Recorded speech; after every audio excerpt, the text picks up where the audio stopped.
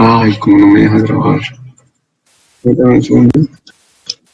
No, escritorio.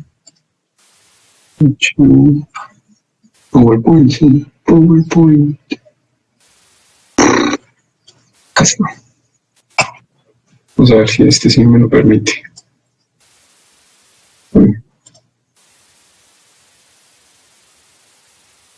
Bueno, a ver si esta presentación sí nos deja ponerla.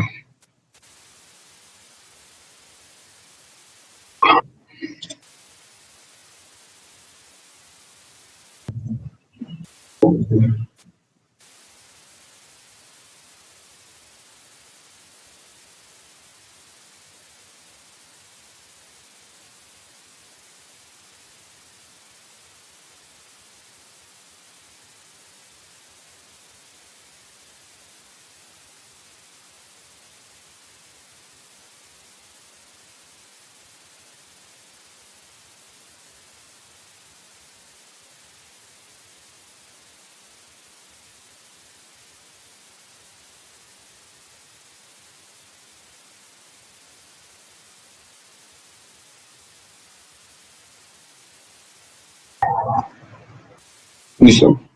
Listo. Ah, listo, ¿todos oyen bien? Buenos días, buenas tardes, perdón, para todos. Ok, entonces, para dar continuidad a lo que íbamos. Ay, verdad que yo quiero mostrar esto.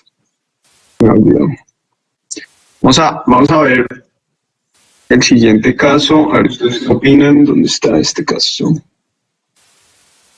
Dentro de lo que habíamos hablado en la sesión, en la última sesión que tuvimos, para que cargue esta vaina, se demora en cargar. Acá. Aquí estamos. Sí.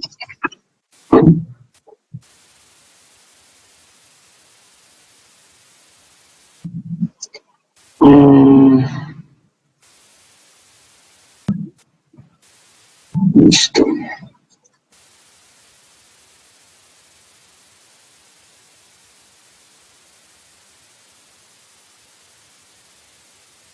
Okay.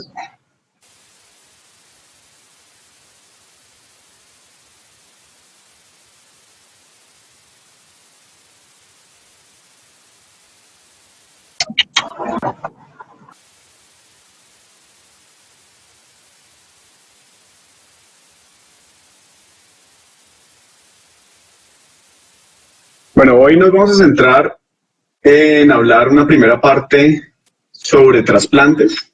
¿Listo? Vamos a hablar acerca de los trastornos de estado de la conciencia para poder llegar, a partir de eso, poder llegar a lo que nosotros conocemos como un estado o como los estados de muerte encefálica. ¿Listo?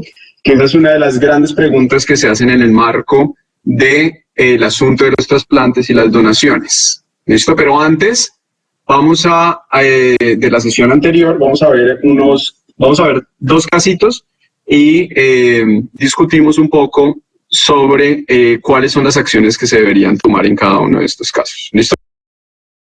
Entonces, el primer caso es este. ¿Okay? Entonces, la idea es que participemos. Entonces, la persona que quiera participar, entonces abre el micrófono y nos cuenta cuál es su posición. ¿Ok? Entonces, tenemos un paciente, el señor B, que es una persona de 25 años que tiene una atrofia muscular extensa, resultado de un síndrome de Guillain-Barré. Ha dependido por 2 años de un respirador y su pronóstico indica que no tiene posibilidades de recuperación. Cierto día anuncia que desea que le retiren el soporte del respirador y que lo dejen morir, ya que considera su vida insoportable. ¿Sí? Quienes lo atienden no están de acuerdo con esta decisión ni con sus razones, debido a que no es un enfermo terminal y a que otros en su misma condición llevan vidas satisfactorias y plenas. Estos argumentos no convencen al señor B, quien exige que el respirador le sea retirado. Listo.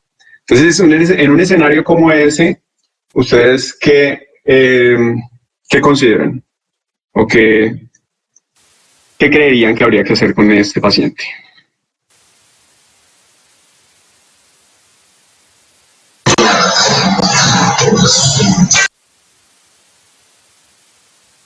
¿Cuáles serían las acciones?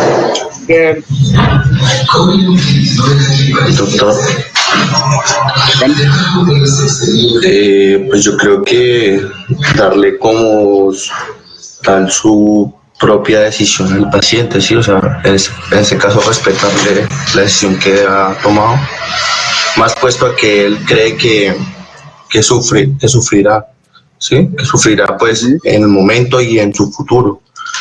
Además de eso, nosotros como médicos, pues creo que nosotros debemos entender muy bien eso y, y ver cómo la persona, porque nosotros no sabemos si realmente esa persona va a tener esa vida satisfactoria y plena como lo han tenido los demás pacientes, que han evolucionado con una manera acorde, ¿sí? Y este paciente pueda que no sea uno de esos casos, entonces puede que nosotros le respetemos, en este caso, la decisión del paciente de morir, ¿sí? Puesto que ya lo exige. Además de eso, tenemos que tener en cuenta que hay otros pacientes que pueden necesitar de ese soporte ventilatorio, ¿sí? Entonces es otra causa por la cual se le podría retirar, es mi punto de vista. Sebastián, ¿verdad? Sí, señor. Ok. Listo. ¿Alguien más?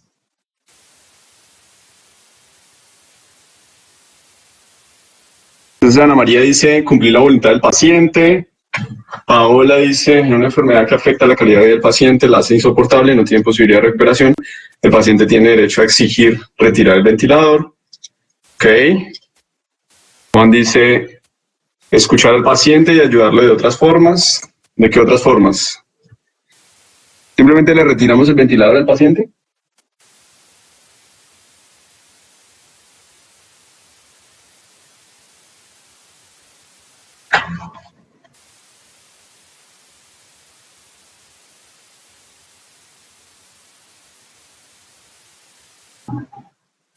Ok.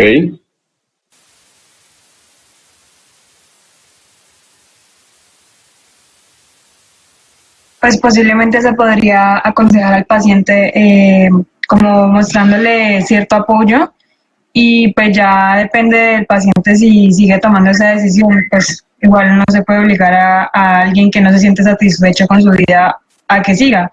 Y pues aparte que es una enfermedad que lo va a tener ahí pues siempre en el mismo, como siempre en la misma condición. Listo.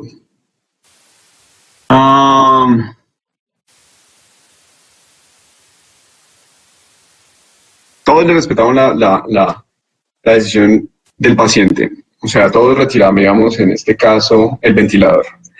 Por ejemplo, Diego hace una apreciación que me parece interesante y es, el paciente por lo que se infiere tiene la autonomía para decidir no seguir con el tratamiento.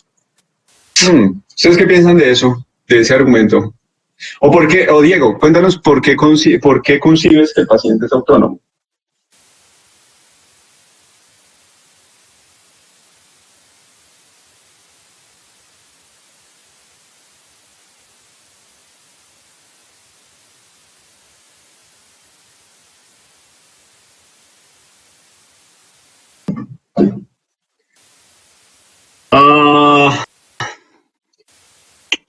Diego Luna dice, ¿se podría confundir con un suicidio asistido? ¿Ustedes qué creen? ¿Se podría confundir con un suicidio asistido o no? Yo creía que no, porque si el paciente lo está refiriendo, pues obviamente nosotros como médicos le vamos a dar a él un soporte en el cual nos diga que él realmente sí, que él realmente quiso dejar el tratamiento, ¿no? Y pues obviamente eso se va a hacer una junta médica, se va a tomar ciertas decisiones y pues así mismo se va a efectuar. Y pues no creo que se pueda conseguir. Y en ese sentido, exacto, y como dice Sebastián, digámoslo así, en ese sentido, entonces, ¿de qué estaríamos hablando? ¿Estaríamos hablando de suicidio asistido o estaríamos hablando de qué?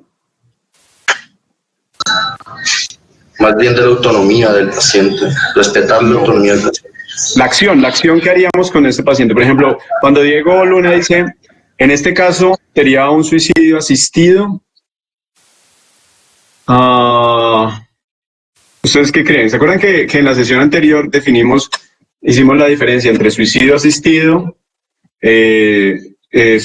ayuda al suicidio y eutanasia? ¿Se acuerdan? En este caso, si nosotros atendemos a la solicitud del paciente y le removemos el soporte que él tiene, que en este caso sería el soporte ventilatorio, ¿ustedes qué creen que sería?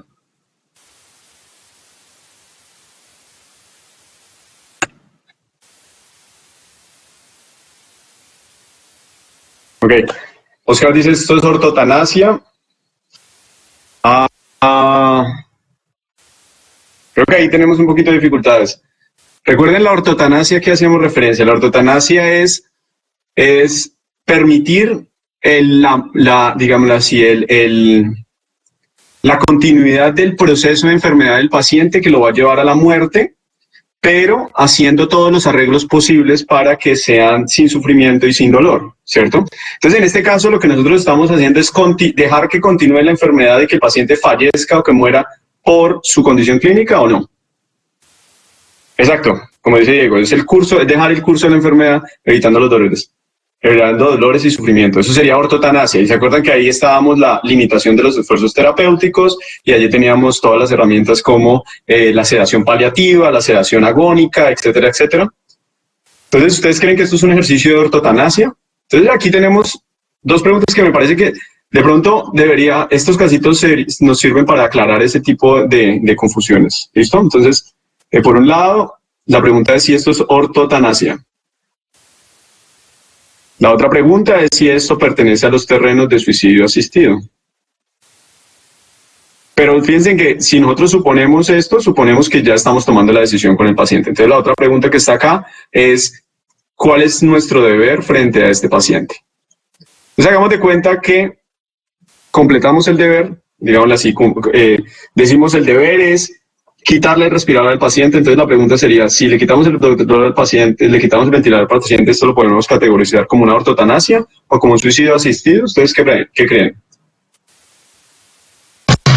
Perdón, no he leído lo demás que escribió Diego, pero es que aquí nos salimos un poquitico de Yo creo que ¿listo? ortotanasia más bien. ¿Ustedes creen que es una ortotanasia? ¿Quién dice que es una ortotanasia? ¿Qué es ortotanasia? Doctor Sebastián. Sebastián, ¿quién más? José, Julián, Ana María. Okay. Si nosotros decimos que ortotanasia es toda la serie de procedimientos, acciones médicas que se realizan para permitir que la misma enfermedad del paciente sea el que lo lleve a la muerte, y solo lo que nosotros nos vamos a dedicar a hacer es minimizar el dolor y el sufrimiento. ¿Ustedes creen que quitarle un ventilador a un paciente es un procedimiento por el cual nosotros estamos dejando seguir la función o el curso de acción de la enfermedad, en este caso?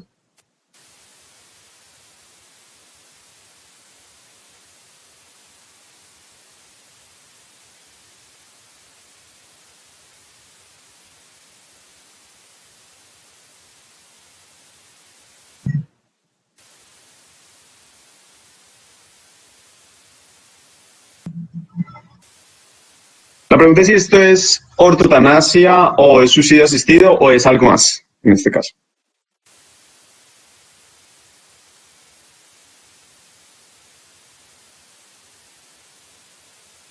Claro, y ahí, ese ejercicio me parece bien interesante que propone Oscar, y es, el paciente ya tiene una condición clínica que sin el ventilador podría morir, ¿cierto? Sin embargo, el paciente tiene esa condición clínica desde hace ya mucho tiempo y nosotros hemos hecho una serie de esfuerzos para mejorar las condiciones de este paciente. Entonces, en ese sentido, digámoslo así, si nosotros tenemos un paciente que el paciente depende de una tecnología, ¿sí?, para poder vivir, ¿sí? Y yo le apliqué esa tecnología en un momento dado, ¿sí? Yo en este momento no sé cuál es la condición médica que el paciente tiene, me tocaría entrar a evaluarlo, etcétera, etcétera. En este caso, no estoy permitiendo, si yo no le hubiera puesto, o sea, si yo hubiera limitado el esfuerzo terapéutico y no le hubiera puesto ese ventilador, esto podría ser ortotanasia, simplemente dándole técnicas, dándole, digámoslo así, medicamentos para disminuir el dolor o haciendo una sedación paliativa, etcétera, etcétera. Eso sería ortotanasia. Pero en este estado en el que está el paciente, si yo digo, él depende de la tecnología, de esa tecnología, para poder vivir, y si yo se la quito, eso sería un ejercicio de eutanasia casi. Una acción. Es una acción de retirarle un esfuerzo o un ejercicio, una tecnología terapéutica para que de una u otra manera es lo que mantiene o lo que podría mantener vivo a ese paciente. En este caso, digámoslo así, la distanasia estaría en el ejercicio que nosotros hagamos muchos esfuerzos para poder continuar, para poder mantener la vida del paciente. Aquí lo único que tenemos es un paciente pegado a un ventilador, literalmente. ¿Sí? Claro, José, la enfermedad compromete su función respiratoria, pero por eso mismo le pusimos esa tecnología. Si nosotros en ese instante de ponerle el ventilador hubiésemos dicho, vamos a dejar que continúe o el paciente acepta a que continúe su proceso de enfermedad, ¿sí? Que lo lleva finalmente a la muerte, en ese caso nosotros estaríamos hablando de una distanasia, ¿sí? Digo, una ortotanasia. Pero en este caso lo que tenemos es un paciente que ya hizo la falla ventilatoria, que ya hizo el defecto respiratorio, todas esas cosas, que estaba mantenido con el ventilador, ¿sí? Y entonces lo que yo voy a hacer es desconectarlo del ventilador para que el paciente, digamos, entre en un estado de hipoxia y pueda... Entonces, en ese caso, yo estoy haciendo una acción que es acompañada con el paciente. Acuérdense que eso es como un homicidio. ¿Se acuerdan que en la ley decíamos nosotros, el Código Penal y el Código Civil dicen que eso es un homicidio por piedad, ¿sí? O por caridad, ¿sí? Entonces, es una acción que yo estoy haciendo para permitir que el paciente muera, ¿sí? En este sentido, esa acción entra o va a entrar dentro de las categorías de la eutanasia. Que hay otras formas, eso es, digamos, que hay quienes le llaman a esto una eutanasia pasiva, es simplemente quitarle un recurso para que el paciente entre en proceso de muerte. Y hay otra que le llaman la eutanasia activa, que es cuando yo le pongo al paciente medicamentos o cosas así para inducirle la muerte. Realmente esos dos conceptos son muy controversiales. En términos generales, todo el ejercicio de eutanasia es un asunto voluntario, donde hay una acción médica que el paciente solicita y el médico hace una práctica activa, como quitar un ventilador, eso es una práctica activa, o ponerle un medicamento. ¿Sí? Entonces, en este sentido, nosotros estamos enfrentados más que una ortotanasia, es un ejercicio de eutanasia. ¿Sí? Y por el otro lado, no es un suicidio asistido, ¿por qué? Exacto. Exactamente, Santiago, eso podríamos decir, es porque el paciente voluntariamente quiere dar fin a su vida y para eso quiere que le hagan una acción médica que es suspenderle el respirador y el médico va a hacer eso. Diferente, como decíamos, la ortotanasia. Hagamos de cuenta que el paciente tiene Guillain-Barré y entra en falla ventilatoria, ¿sí? Entonces el paciente, por ejemplo, tenía una voluntad anticipada que decía, si yo llego a entrar en falla ventilatoria, en algo que comprometa mi vida, yo no quiero que me hagan ningún esfuerzo terapéutico. Entonces, ¿cuál es mi deber como médico? Mi acción como médico sería, listo, este paciente no le vamos a hacer nada, tiene una voluntad anticipada y la vamos a respetar. Y acuérdense que tiene que entrar en consenso con el médico, ¿no? Acuérdense que era el organigrama que nosotros habíamos propuesto, era generalmente si hay voluntades anticipadas o hay la voluntad del paciente, tenemos que entrar a revisarlo a partir de los criterios médicos y si hay consenso, que hay pocas posibilidades de supervivencia del paciente o afecta la calidad de vida del paciente a largo plazo, etcétera, etcétera.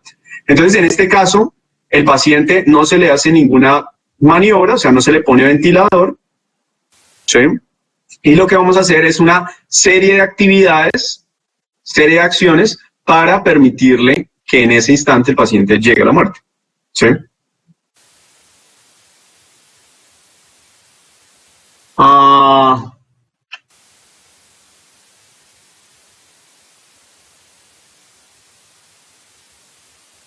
Dice Oscar, entonces la tecnología se vuelve parte del paciente y deja de considerarse como un tratamiento. No, obviamente hace parte del tratamiento del paciente, hace parte del manejo paliativo de ese paciente.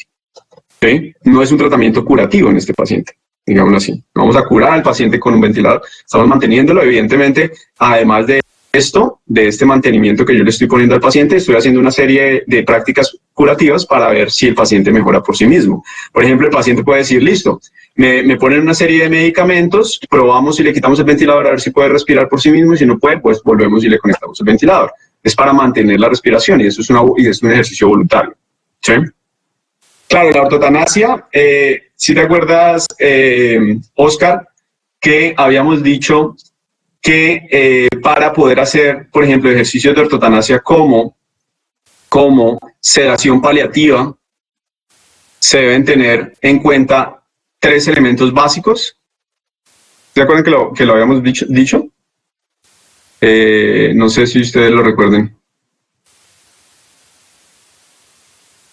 Que el paciente tiene que tener un síntoma refractario, tiene que haber una intención de alivio del sufrimiento del paciente y tiene que haber una obtención de consentimiento informado. ¿Sí?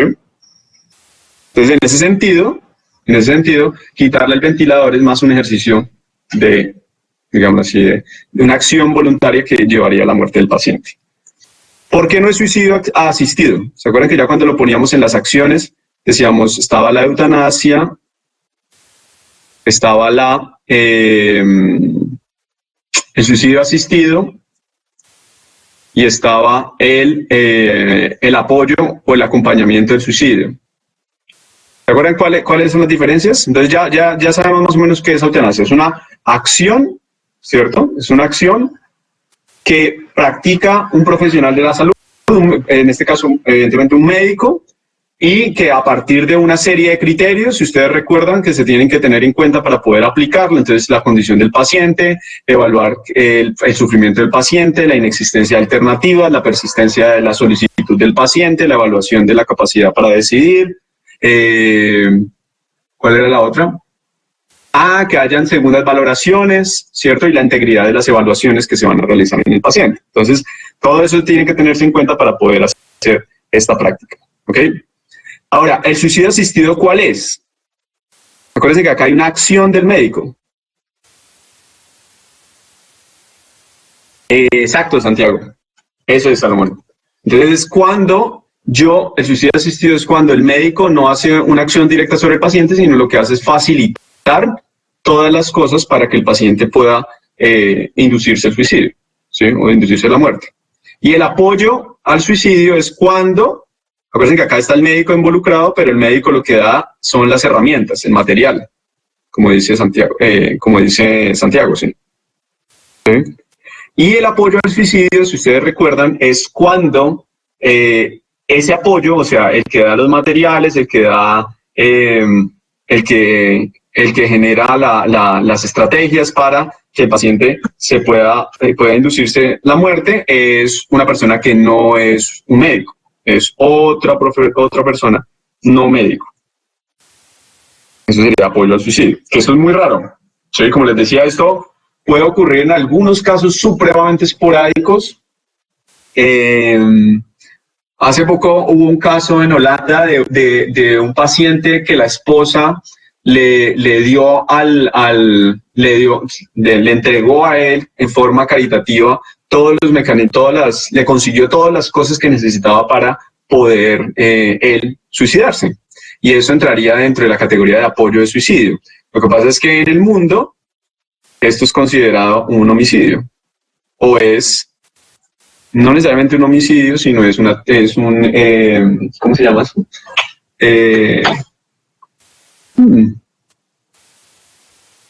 Un homicidio, se me olvidó. Tiene una categoría legal, pero no me acuerdo cómo se llama. Ok. Eso, no culposo. Entonces, en ese caso, esto tampoco sería un suicidio asistido. ¿Ok? Listo. Entonces, eso es referente a la acción que nosotros haríamos acá. Pero la pregunta está un poquito antes y ahí yo quisiera volver a revisar lo que dice Diego, porque con Diego sí no dice Diego, aunque ahora que lo pienso, las personas con Guillain-Barré no se consideran autónomas por sí mismas, pero igual este paciente creería que aún tiene una capacidad de toma de decisión, no sé, he visto que quebrantada. Listo, entonces fíjense que aquí el asunto con este paciente es poder definir, nosotros dijimos de una vez, vamos a respetarle la autonomía al paciente, ¿cierto? Porque el paciente es el que está mostrando o está presentando un rechazo al tratamiento. Literalmente eso es un caso de rechazo de tratamiento, un paciente que está rechazando el tratamiento. ¿Listo? Y esa decisión de aceptarle el rechazo al tratamiento, nosotros diríamos, esto lo podemos acomodar dentro de un principio que es el respeto a la autonomía, ¿cierto? Pero recordemos que para poder llegar a eso, ¿se acuerdan que nosotros teníamos en la presentación, yo no les he subido esta presentación, en la presentación teníamos una parte donde decíamos, en muchas ocasiones puede haber rechazo al tratamiento, si nosotros devolvemos acá, devolvámonos un momentico, y lo poníamos por acá. Por ejemplo, el rechazo al tratamiento, la renuncia al tratamiento, puede darse por múltiples factores, como por ejemplo, un proceso de comunicación con el paciente defectuoso, el hastío del paciente por los profesionales de la salud, falta de información al paciente, una incorrecta evaluación de las capacidades que tiene el paciente, no acceso a los cuidados intensivos, que ahí fue donde planteamos toda la discusión, ¿listo? Y en el marco de estas posibilidades que se dan al fin, digámoslo así, en estos pacientes que, digámoslo así, que están en un manejo de cuidado paliativo, o que entrarían en un manejo de cuidado paliativo, si ustedes se fijan, ¿qué es lo primero que yo tengo que trabajar con estos pacientes que hacen rechazo al tratamiento? Los pacientes que hacen rechazo al tratamiento, lo fundamental es trabajar la comunicación. Entonces, nosotros tenemos que tratar de identificar cuáles son las problemáticas en términos de comunicación en caso que se hayan dado. Si nosotros entendemos que la comunicación se está dando adecuadamente, se le está dando adecuada información al paciente, etcétera, etcétera, y él sigue considerando el rechazo al tratamiento, o si hay, por ejemplo, hastío a los profesionales, entonces se puede pedir segundas opiniones, cambio de profesional, trabajo con otras entidades, etcétera, etcétera. ¿Sí? Y luego, lo otro que hay que hacer es una evaluación de la capacidad de la autonomía del paciente. Acuérdense en ese pasito, lo hemos hablado varias veces. Acuérdense que lo primero que tenemos que, para poder respetar la autonomía de un paciente, ¿qué es lo que tenemos que hacer? Primero evaluar si el paciente es autónomo. Exacto, como dice Juan Carlos. Y para poder evaluar esto, entonces lo que tenemos que ver es la competencia del paciente. Entonces, por ejemplo, Diego se iba comentando y decía, ¿será que el paciente con Guillain-Barré, en este caso, es un paciente que es competente para tomar una decisión? Entonces, ¿se acuerdan qué deberíamos hacer en estos casos? Entonces, en estos casos, con el apoyo de psicología, psiquiatría, más el enfoque integral de todo el paciente, entonces deberíamos acuérdense que hay una serie de pruebas para poder evaluar la funcionalidad y el estado cognitivo del paciente. Entonces tendríamos que evaluar el estado cognitivo primero del paciente. Y es a través de un ejercicio, nosotros ya hemos dicho, el Mini-Mental, el Mini-Mental modificado, una técnica de Mini-Mental modificado, o el test de MacArthur de competencia. Ya lo hemos dicho varias veces, ¿cierto? En ese sentido, fíjense que en ese sentido, sí, nosotros evaluamos y vemos que hay adecuada información, ¿sí? Hay adecuada comunicación con el paciente y el paciente es autónomo, ¿sí? Y además en nuestra evaluación clínica, sabemos que nuestro paciente no va a tener mejoría, pues en ese caso nosotros podríamos aceptar el rechazo de tratamiento, ¿sí? Pero primero tenemos que hacer todo ese ejercicio. Entonces, este es un caso de rechazo de tratamiento. ¿Listo? Entonces, pero recuerden que esto, o sea, acuérdense que cuando decíamos nosotros cuáles son los criterios para hacer una eutanasia, nosotros tenemos que tenerlo muy claro, ¿cierto? Tenemos que tenerlo muy claro y tenemos que seguir todas esas características que habíamos dicho sobre las evaluaciones del sufrimiento, sobre la evaluación de la condición clínica del paciente, etcétera, etcétera.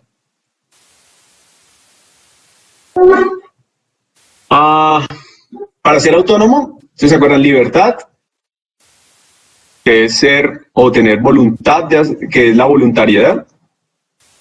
Hablan de consentimiento informado. Entonces tiene que ser libre, tiene que ser agente, tiene que ser racional.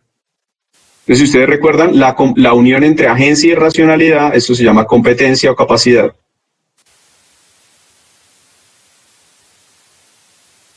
¿Listo?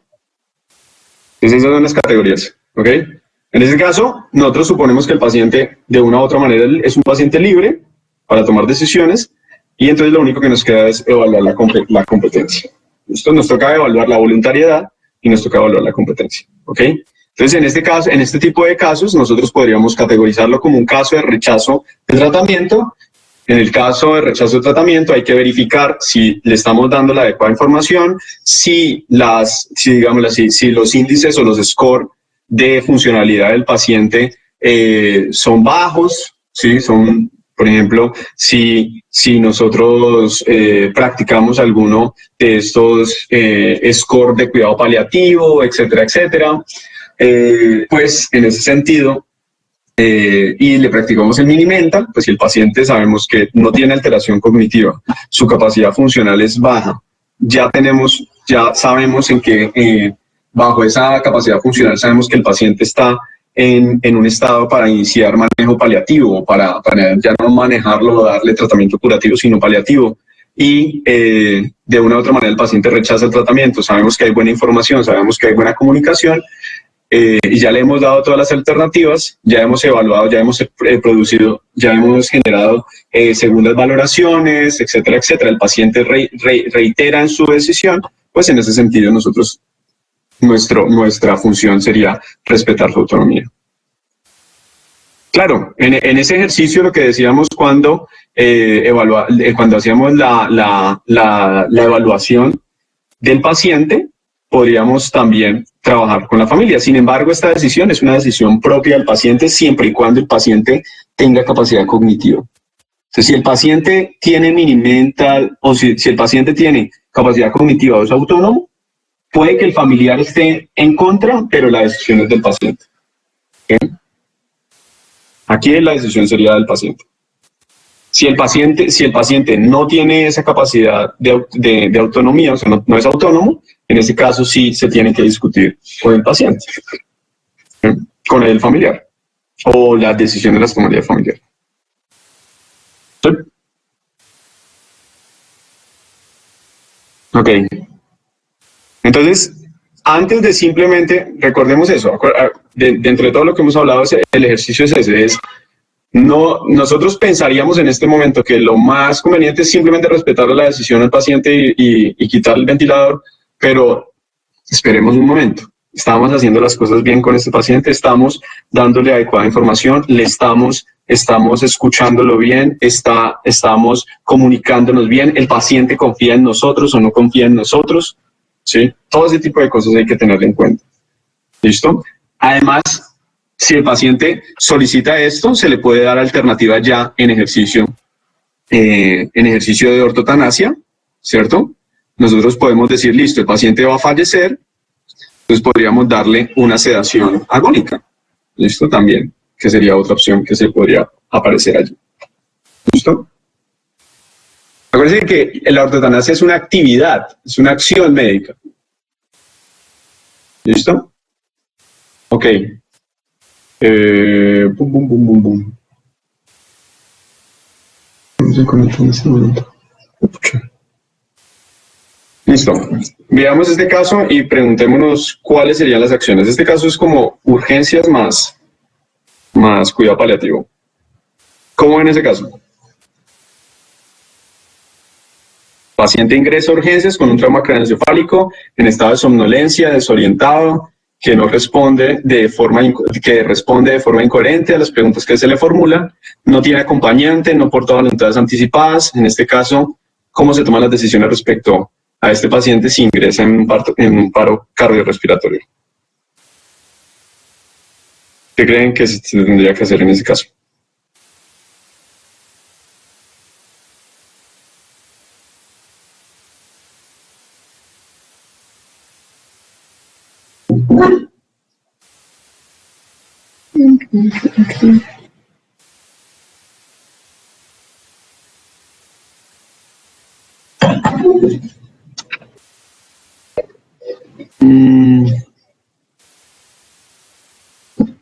Aquí nos queda muy berraco generar un comité, Paula.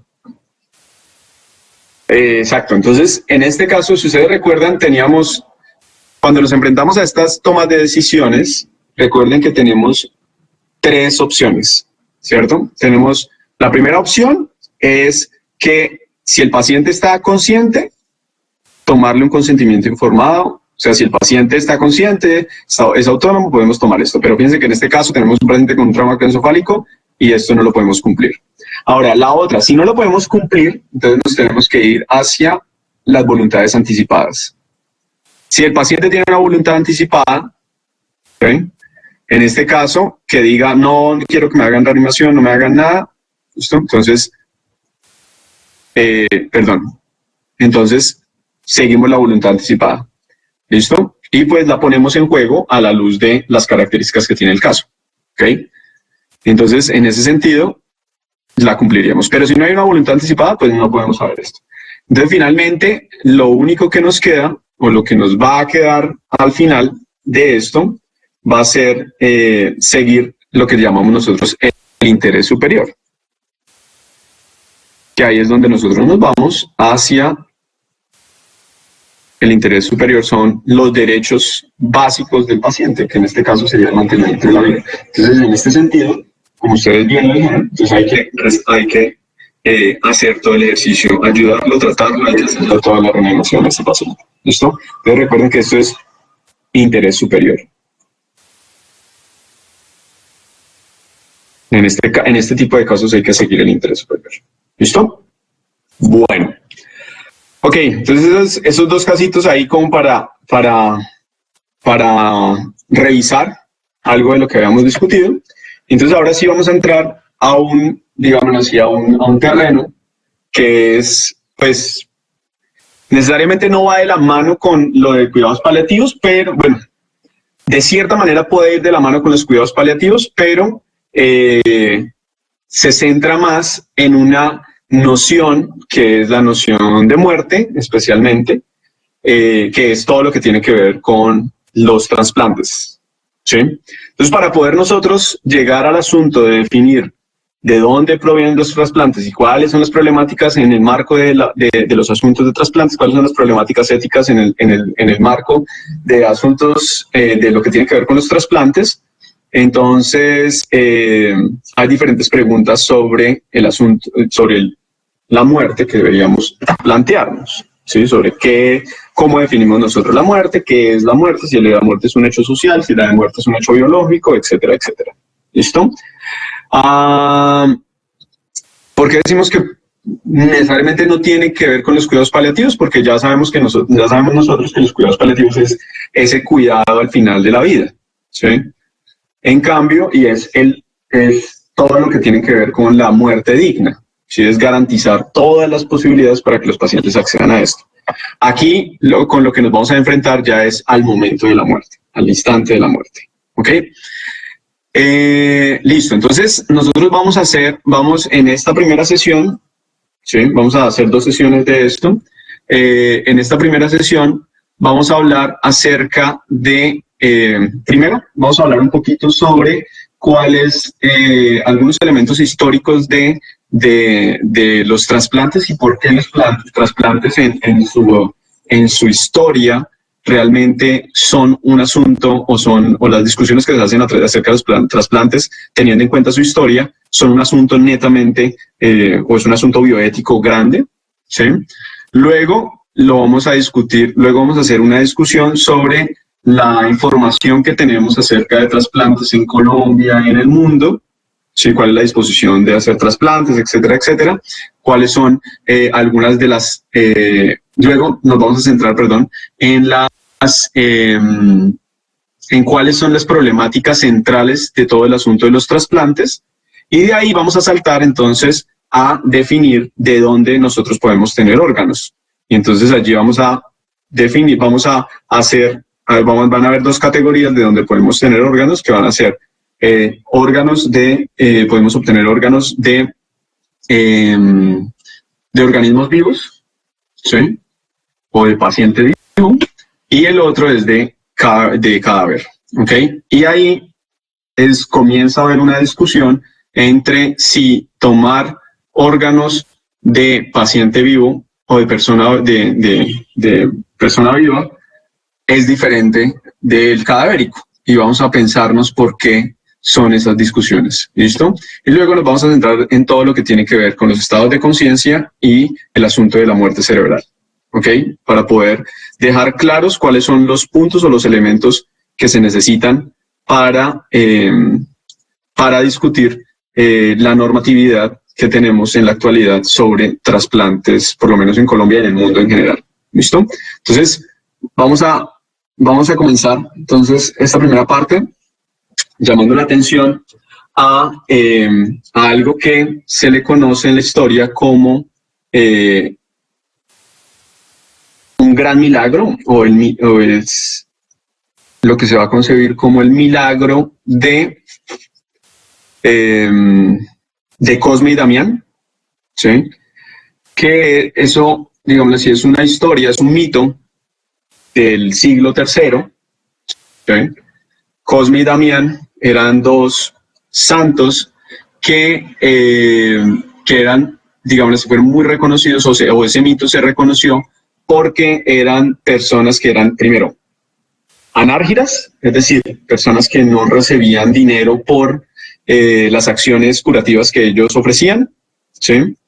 Y segundo, porque en el mito que los, digamos así, en el que están involucrados, ellos lograron salvar la vida de una persona, ¿sí? A través del trasplante de una pierna que venía de un cadáver de una persona etíope, ¿sí? Entonces, esta es una representación de ese mito en donde los primeros indicios de trasplantes vienen de esta narrativa, donde, como decimos, Cosme y Damián hacen, o aparece la primera noción de intercambiar tejidos entre dos personas, ¿sí? Entonces, esos son los primeros indicios de una relación, de relaciones con lo que tiene que ver con los trasplantes, ¿ok?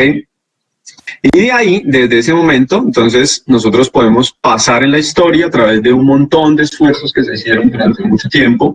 Por ejemplo, en el siglo XIX, a través de muchos elementos tecnológicos, la lógica descartiana de que el hombre y la naturaleza son generalmente pedazos o partes. ¿Se acuerdan que alguna vez hablamos de eso? Que Descartes había dicho que el humano y los seres vivos podían ser vistos, o la naturaleza podría ser vistos como una serie de engranajes, y que toda la unión de esos engranajes lo que van a hacer finalmente es producir o es tener unas funciones, y eso es lo que permite que los organismos o que la naturaleza exista. Entonces, en ese sentido, el hombre también aparece, también el hombre se pudo haber entendido de esa manera. Entonces, el hombre son una serie de engranajes, y en ese sentido, pues también aparece en el siglo XVII, hasta el siglo XIX sale un imaginario en donde nosotros podemos intercambiar los órganos de los diferentes humanos, pues porque lo que tenemos que hacer es reorganizar simplemente lo que le falta. Entonces, si a alguien le falta un brazo, pues podríamos ponerse. Entonces, por eso, en el siglo XIX, por ejemplo, Mary Shelley se da la condición de posibilidad para que ella escriba ese famoso libro que se llama Frankenstein, donde lo que tenemos nosotros es que de cadáveres se obtienen diferentes partes y comenzamos a construir una entidad viva, ¿sí? Entonces, de cierta forma, el imaginario sobre la unión de diferentes tejidos, digamos así, la unión de diferentes partes del cuerpo humano, existe a través de toda la ilustración hasta el siglo XIX, pero no es sino hasta el siglo XX cuando por primera vez se logra un procedimiento, digámoslo así, efectivo en términos de el trasplante, ¿sí? Entonces, el primer trasplante que se realizó en 1956 fue el que realizó Joseph Murray, ¿sí? Joseph Murray era un cirujano plástico, ¿sí? que él realizó el primer trasplante efectivo de riñón, ¿sí? Entonces fíjense que este primer trasplante ocurre en 1956 y ese es el marco en el que se están dando una gran cantidad de cambios en términos sociales y tecnológicos en el mundo, ¿sí? Incluso las primeras ideas sobre las unidades de cuidado intensivo comienzan en los años 40, ¿sí? Entonces, con la aparición de todas estas ideas de poder hacer el mantenimiento de un cuerpo, ¿sí? Digamos así, de un cuerpo sin respuesta respiratoria, sin respuesta cerebral, sin respuesta cardiovascular, pues también garantizan o dan las condiciones de posibilidad para que Murray piense que podemos mantener tejidos y de esa manera podamos lograr el trasplante. Y él es el primero en hacer un trasplante viable en una persona, ¿sí? ¿Cuál fue la ventaja que tuvo Joseph Murray cuando hizo su trasplante, el primer trasplante de riñón? Fue que él hizo un trasplante de riñón a un paciente que se llama Richard Herrick. Y Richard Herrick tenía un gemelo, ¿sí? Eran gemelos monocigotos, su hermano se llamaba Ronald. Y él, pues evidentemente hizo el trasplante de Ronald hacia Richard. Por lo tanto, la ventaja que él tuvo en este caso es que al ser gemelos monocigotos, pues no hubo rechazo del trasplante y por lo tanto es el primer trasplante, digámoslo así, viable que se hace en el mundo. El paciente Richard vivió hasta los 9 años después del trasplante. Entonces, eso es lo que le permite, por ejemplo, a Joseph Murray, después de haber hecho este procedimiento, ganarse el Premio Nobel de Medicina en 1990 por este procedimiento, ¿sí? Él escribió un libro que se llama Surgery of the Soul y en el 9º capítulo, en la página 76, él escribe algo muy interesante que es el dilema, la problemática ética que él vio en realizar ese procedimiento, ¿sí? Y la problemática ética que él vio en realizar ese procedimiento está centrada en algo muy puntual, y es, tenemos una persona que necesita un riñón para poder vivir, ¿sí? Pero tenemos otra persona que es completamente sana, ¿sí? Y para poder obtener el riñón, para salvarle la vida a esa otra persona, a la que necesita el riñón para vivir, de una u otra manera tengo que producirle cierto malestar o cierto daño a otra persona que sí está completamente sana, ¿sí? Entonces, en ese sentido, hay un peligro, como él lo anuncia en esta partecita, fíjense acá, hay un peligro en el deber médico del primum non nocere, que es primero no hacer daño. Entonces, voy a tomar a esta persona, le voy a hacer una cirugía, y esa cirugía, de cierta manera, es una cirugía, es un procedimiento quirúrgico invasivo, ¿sí? Que de una u otra manera puede llegar a afectar la calidad de vida de ese paciente, que puede incluso morir el paciente durante el procedimiento quirúrgico. Sin embargo, lo vamos a hacer para poder garantizar la vida de otra persona. Y eso es lo que literalmente le llamamos nosotros un dilema ético. Y él lo señala en su libro, en este famoso libro.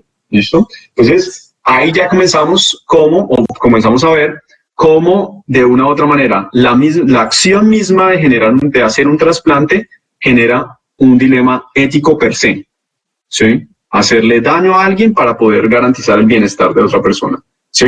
Sin embargo, esto no hubiese sido posible, o sea, pensar que apareciera ese dilema, que apareciera ese conflicto ético para el doctor Murray, de una u otra manera no es posible sin que esa tecnología exista. ¿Qué tecnologías debieron existir que hicieran posible pensarse hacer un trasplante y que fueran posible de una u otra manera que surgieran estas problemáticas? Por ejemplo, la tecnología que describe o que el doctor Alexis Carrel generó, que es la tecnología de anastomosis de vasos sanguíneos, ¿sí?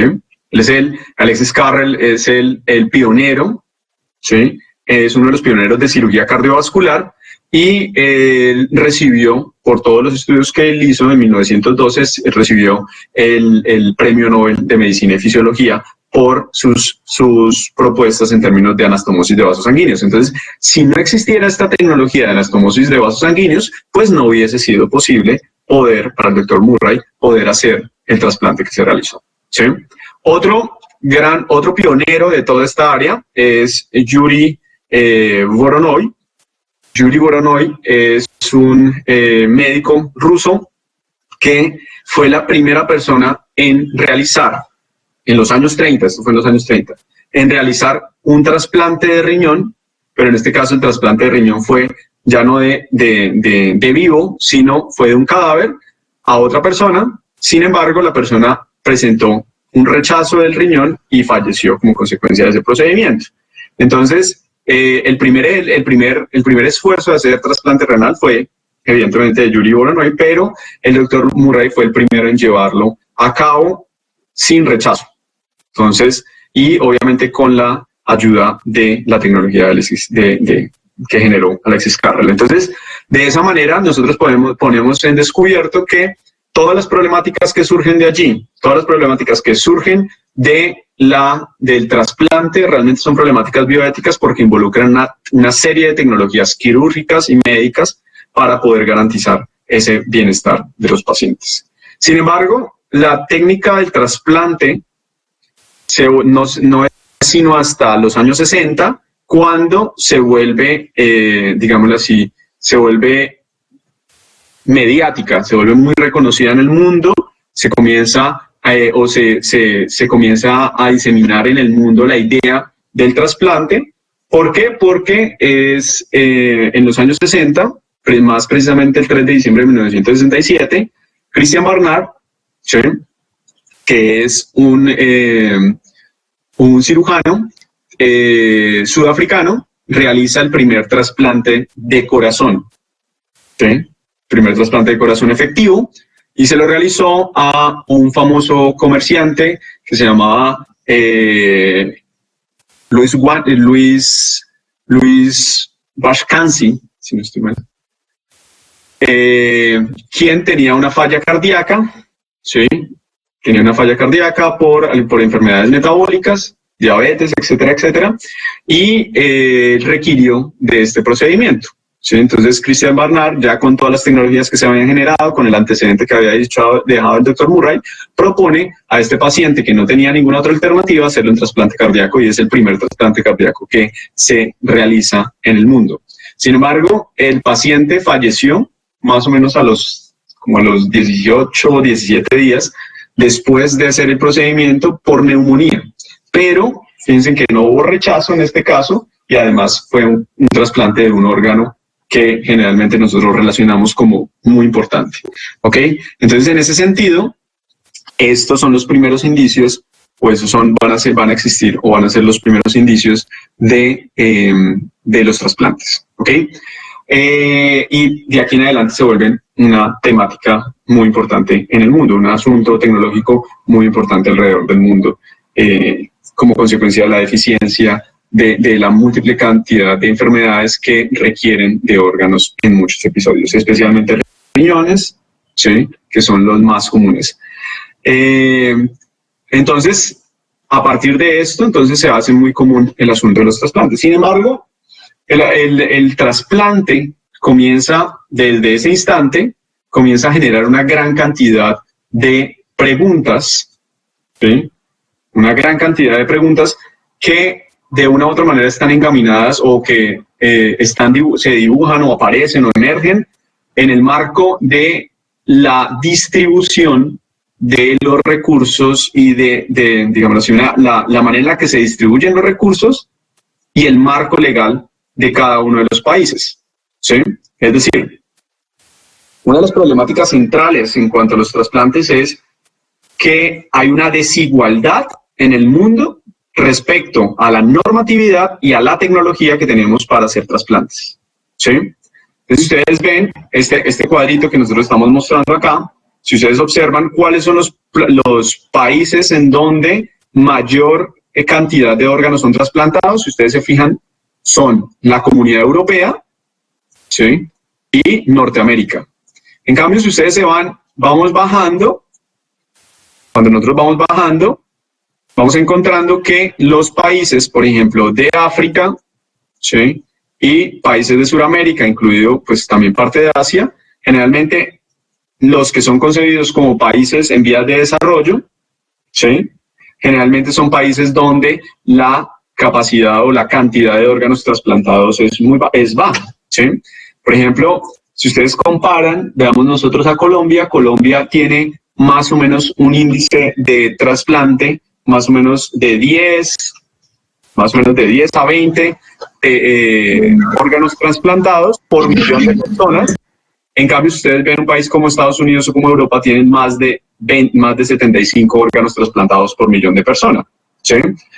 Obviamente, si nosotros tenemos en cuenta otros países, como por ejemplo los países africanos, donde hay entre 0 y 2 órganos trasplantados por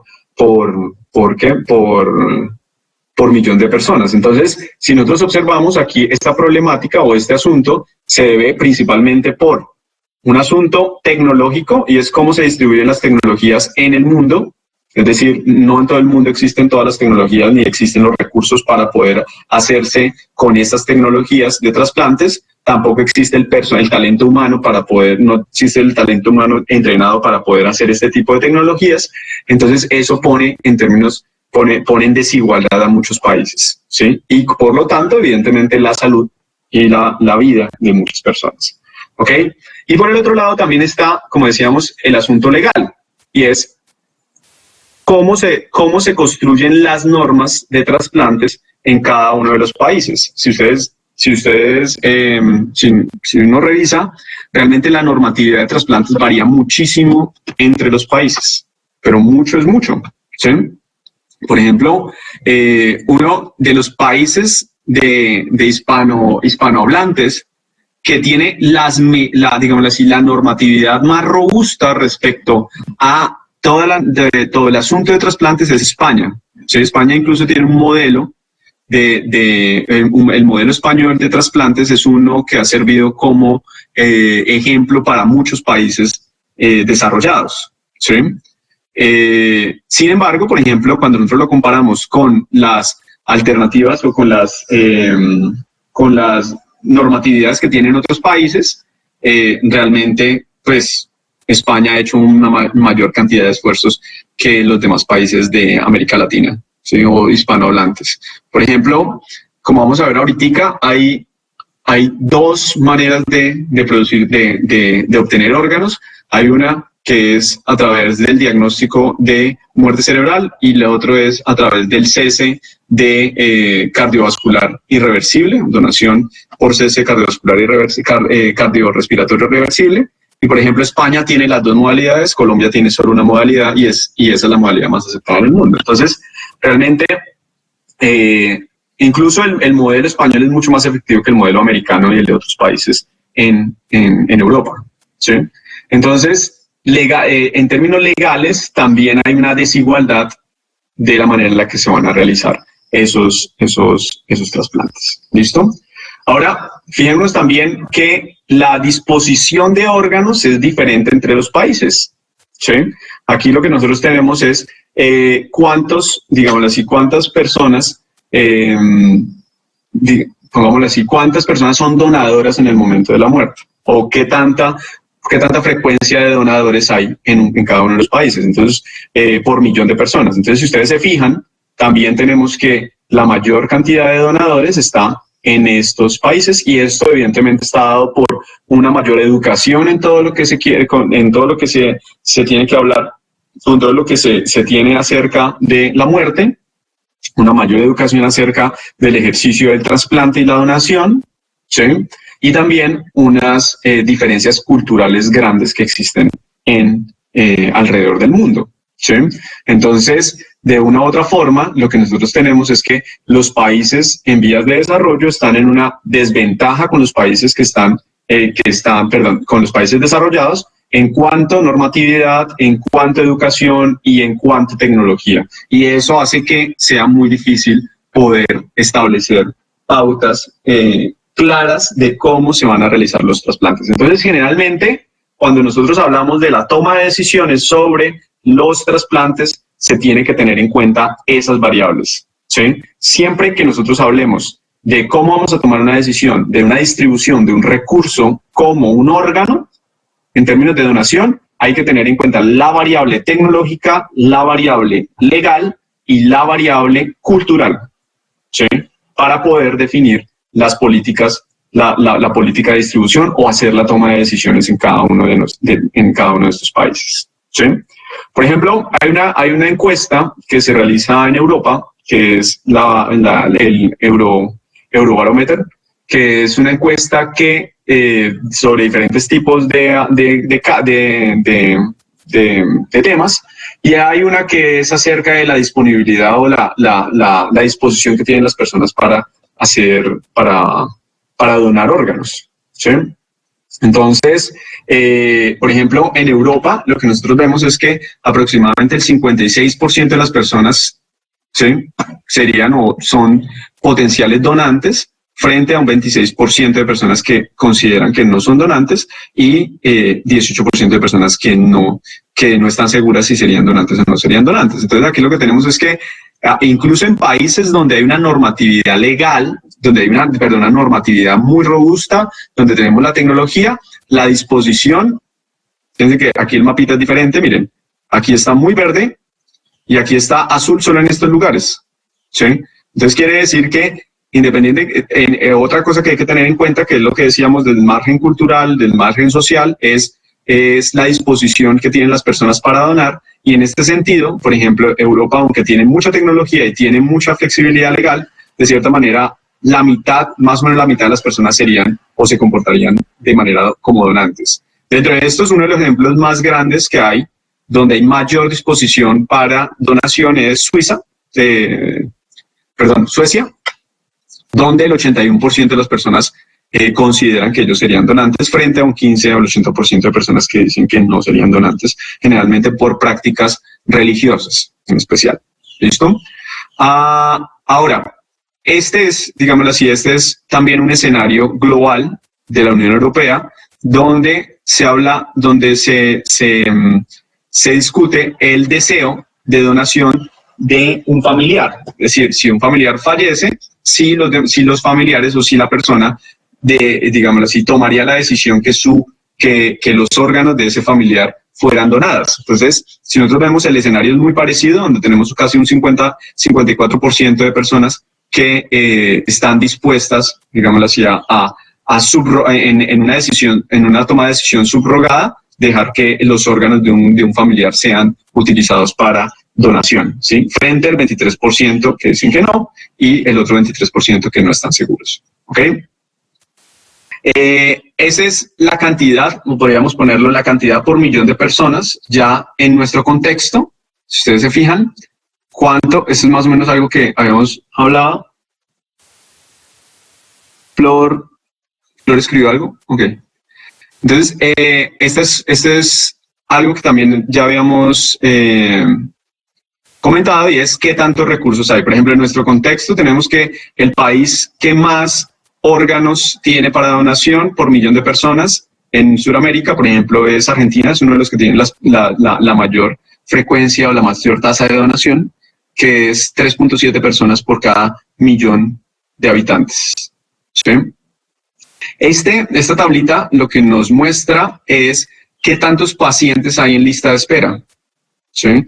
Fíjense que hay y esto es otro de los grandes problemas, puede que haya una gran cantidad de disposiciones legales, y puede que haya una gran cantidad pongámosle así, tecnológica. Sin embargo, las listas de espera son muy grandes. Fíjense que nosotros acá tenemos Estados Unidos, para el 2014 tenía 6.625 personas en lista de espera, ¿sí? Y si ustedes observan, por ejemplo, países como Alemania tienen 1.046 personas, y eso que estos son países que tienen muy buena tecnología y tienen muy buenas disposiciones legales. El Reino Unido es el que tiene menor, porque tiene mayor disposición. Primero, tiene muy buenos sistemas de cuidado paliativo y además tiene una gran normatividad sobre esto. Y España, como ustedes ven, lo que decíamos ahorita, es uno de los mejores modelos de donación y de tecnología de trasplante, y por eso es el que menor número de pacientes en lista de espera tiene en la Unión Europea. Por supuesto. Perdón. ¿Qué le pasó a esto?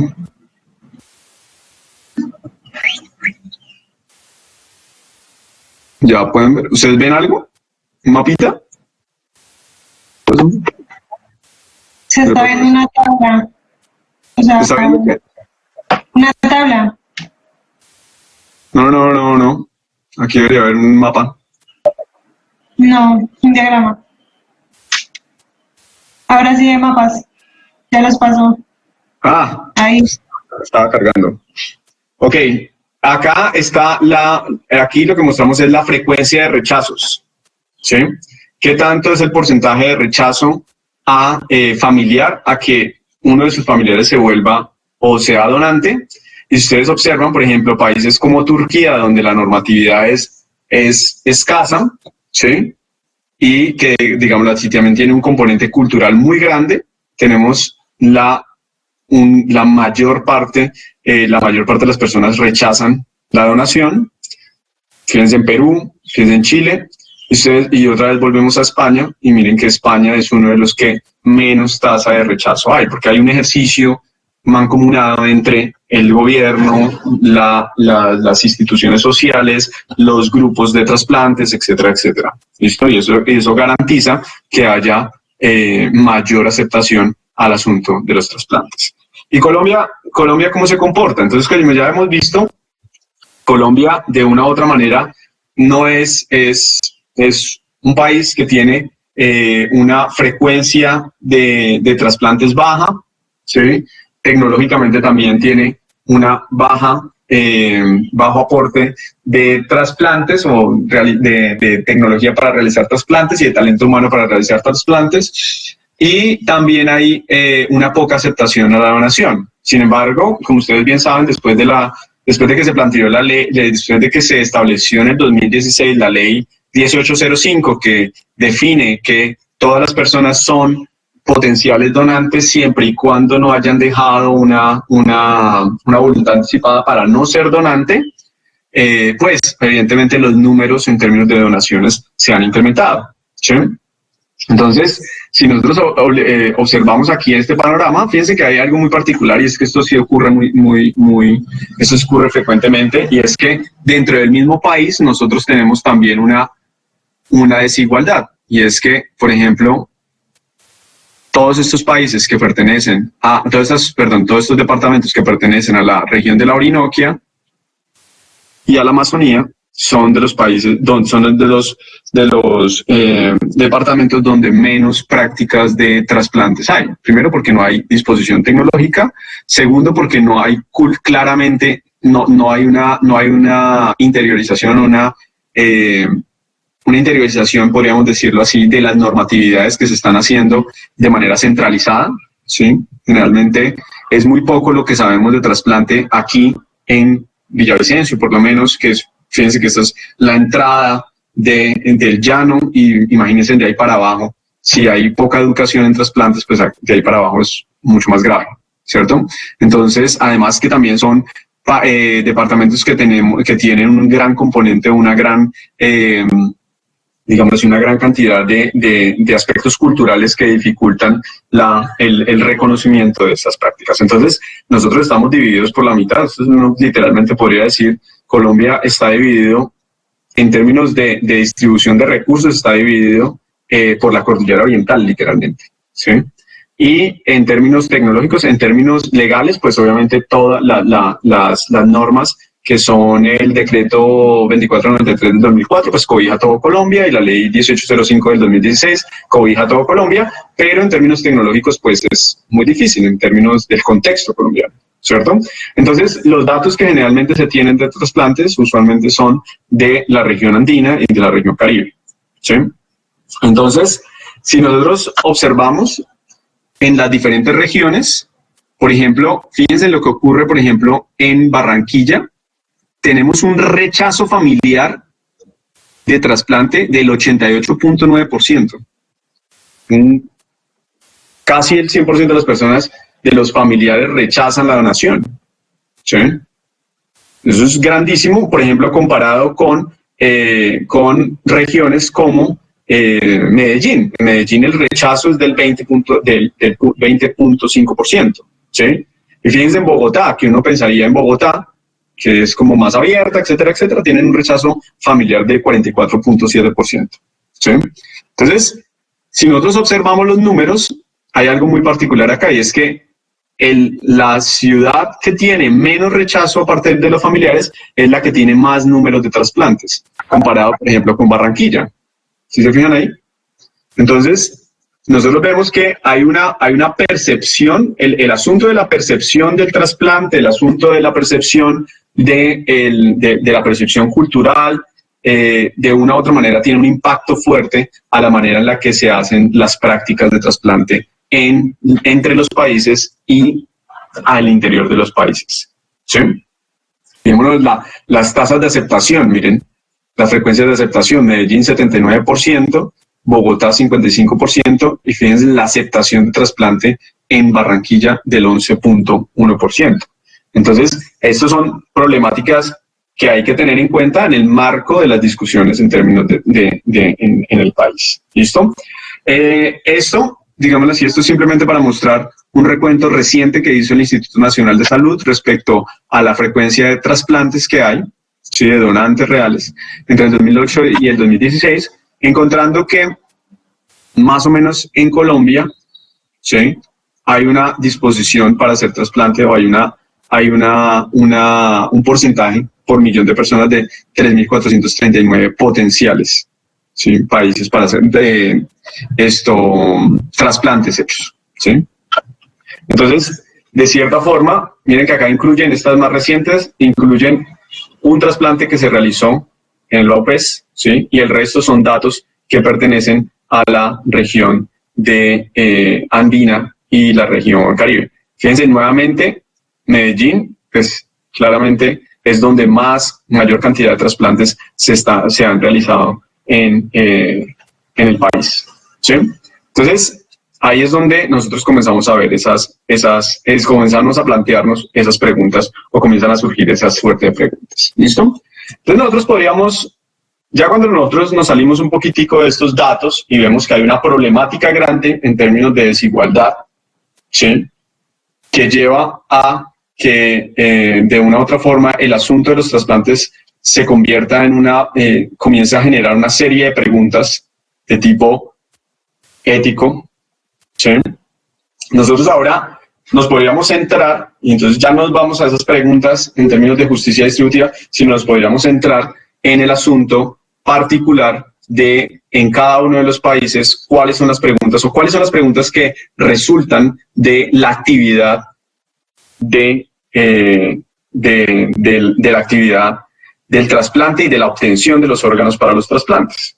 Entonces, aquí en este cuadrito, lo que yo les muestro es una de las preguntas básicas que tienen o que generan gran cantidad de discusiones éticas en el marco, discusiones éticas y discusiones legales en los países, es cómo se obtienen los órganos para trasplantes. Que ese sería otro tipo de pregunta que resultaría, ¿sí? Es de cómo se obtienen los órganos para los trasplantes. ¿Ok?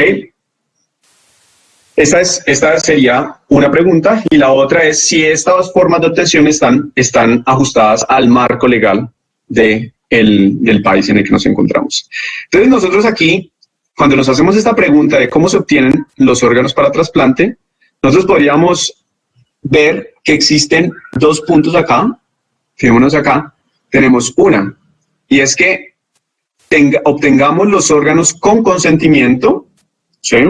Y entonces, la obtención de órganos con consentimiento puede tener dos formas, que es una, que es la compraventa. Esta es muy rara, que es cuando una de las personas, por ejemplo, en este caso, el donante, recibe dinero por el órgano, ¿sí? Y el receptor ofrece dinero por el órgano.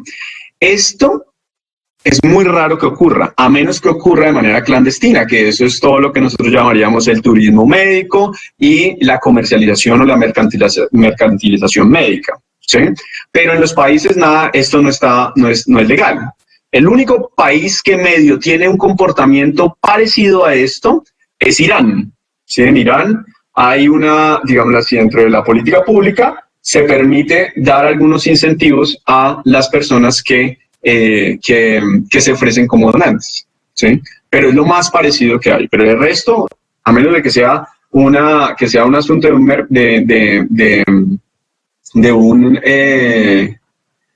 de trasplantes de órganos, ¿cómo se llama esto? Un mercado negro de órganos. De resto, no más. Entonces, en términos legales, solo es. Y la forma más común es el asunto de la donación, ¿sí? Entonces, la donación con consentimiento, ¿sí? La donación con consentimiento puede ser de dos formas. Hay uno que se conoce como el consentimiento presunto, es cuando una persona, digámoslo así, existen dos alternativas. Una persona puede ser potencialmente un donante, pero no tenemos una voluntad anticipada, pero esa persona, de cierta manera, se puede presumir como persona que puede ser donante o que puede garantizar la donación. Sí, ya estamos terminando este pedacito, incluso ya se va a acabar la sesión. Nos quedan 2 minutos.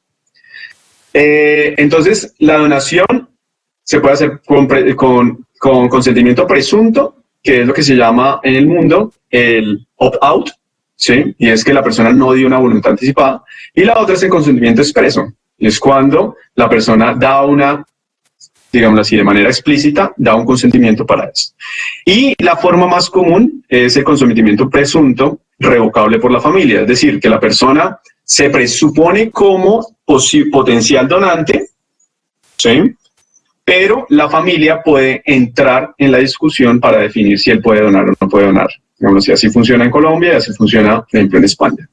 Y hay otro sistema que realmente no funciona en ningún país, pero que también tiene, digamos así, que es importante en muchas ocasiones discutirlo, que es la obtención de órganos sin consentimiento, ¿sí? Que es, digamos así, es el ejercicio de la confiscación. Y es que se tomen personas sin consentimiento para poder obtenerle órganos. ¿Listo? Esto tiene, obviamente, unas implicaciones grandes. Por ejemplo, hay una gran cantidad de discusiones si en China esto ocurre o no ocurre con los presos en China, ¿sí? Pero, pues, por el cierre grande que tiene China, pues, por eso no se puede saber muy bien. Y por el otro lado, entonces tenemos de dónde podemos obtener órganos. ¿Sí? Entonces, estas son las formas en las que los podemos contener con consentimiento o sin consentimiento. Como les digo, no se aplica.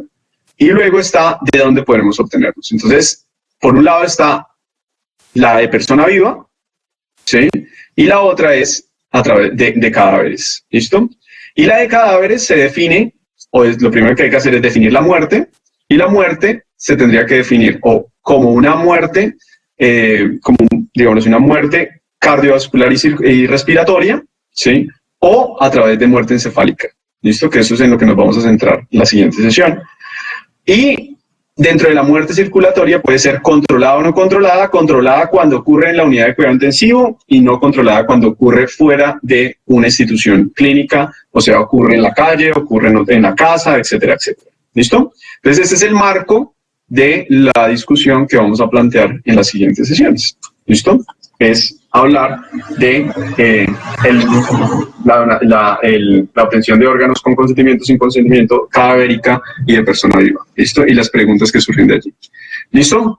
Bueno, entonces dejamos ahí. Muchas gracias por la atención. Ya les subo todas estas presentaciones, ¿listo? Para que las tengan y las revisen. Bueno, Gracias, doctor. muchos éxitos en su clase.